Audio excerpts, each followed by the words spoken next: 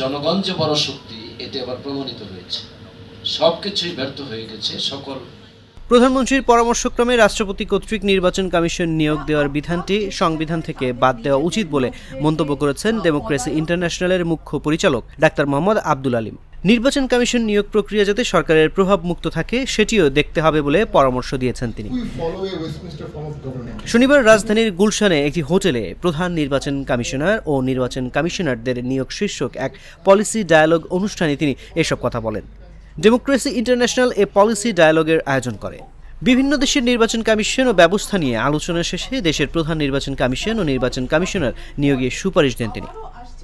সুপারিশগুলোর মধ্যে রয়েছে নাম্বার 1, প্রধান নির্বাচন কমিশনার এবং অন্যান্য নির্বাচন কমিশনার নিয়োগ আইন 2022 আন্তর্জাতিক নির্দেশক নীতিমালা অনুসারে একটি বিশ্বাসযোগ্য নির্বাচন কমিশন নিয়োগের নিশ্চয়তা দেয় না। অন্তর্বর্তী সরকারের দুটি বিকল্প রয়েছে: বিদ্যমান আইনটিকে পুনর্লিখন বা একটি নতুন আইন প্রণয়ন এবং বিদ্যমান আইনটি স্থগিত করা। যে বিকল্পই বেছে নেওয়া হোক না কেন আইনটিকে নিশ্চিত করতে হবে। নাম্বার 2, অনুসন্ধান কমিটি গঠন করতে হবে সরকারি এবং নাগরিক সমাজের মধ্যে থেকে নিরপেক্ষ ও নির্দলীয় পেশাদারদের নিয়ে। কমিটি অবশ্যই স্বাধীন এবং যে কোনো ধরনের প্রভাব থেকে মুক্ত হতে হবে। সরকারের পক্ষ থেকে প্রত্যক্ষ বা পরোক্ষভাবে কোনো ধরনের প্রভাব থাকতে পারবে না। নাম্বার 3, নিয়োগের মানদণ্ডগুলো পেশাদার, সৎ এবং নিরপেক্ষ লোকদের নিযুক্ত করার নিশ্চয়তা দেওয়ার জন্য দৃঢ় হতে হবে। যোগ্যতার মানদণ্ডে পেশাদারত্ব, রাজনৈতিক নিরপেক্ষতা, নৈতিক সততা, পূর্ববর্তী চাকরিতে বুদ্ধিবৃত্তিক সততা, প্রয়োজনীয় যোগ্যতা এবং দক্ষতা, চারিত্রিক স্বাধীনতা এবং শক্তি সব নির্বাচনী অংশীজনের কাছে সাধারণ গ্রহণযোগ্যতা এবং একটি বস্তুনিষ্ঠ অবস্থান বজায় রাখার সংকল্প থাকা অন্তর্ভুক্ত করা উচিত। মানদণ্ডে কেন সরকারের সুবিধাভোগীকে নিযুক্ত করা যাবে না এ বিধান অন্তর্ভুক্ত থাকতে হবে।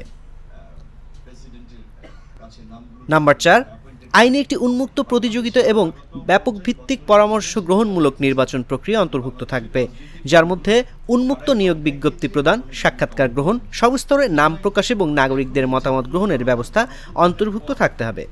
প্রতিটি পদক্ষেপ, কর্মকাণ্ড, যোগাযোগ এবং সিদ্ধান্ত গ্রহণ প্রক্রিয়া স্বচ্ছ, আন্তরিক এবং সহজ সরল হতে হবে। নিয়োগ প্রক্রিয়ার সব তথ্য উলম্ব, আনুভূমিক এবং পাশাপাশি সব পর্যায়ে অবহিত করতে হবে। নাম্বার 5, নির্বাচন প্রক্রিয়ায় এমন একটি পদ্ধতি অন্তর্ভুক্ত থাকতে হবে যা রাজনৈতিক দলগুলোর মধ্যে আদর্শগত পার্থক্য থাকলেও এক ধরনের সহমত নিশ্চিত করে। বাংলাদেশের বর্তমান প্রেক্ষাপটে আমরা ইন্দোনেশিয়ান স্টাইলটাকে কিছুটা ফলো করতে পারি, যেমন আমরা যে সার্চ কমিটিটা করব এখন।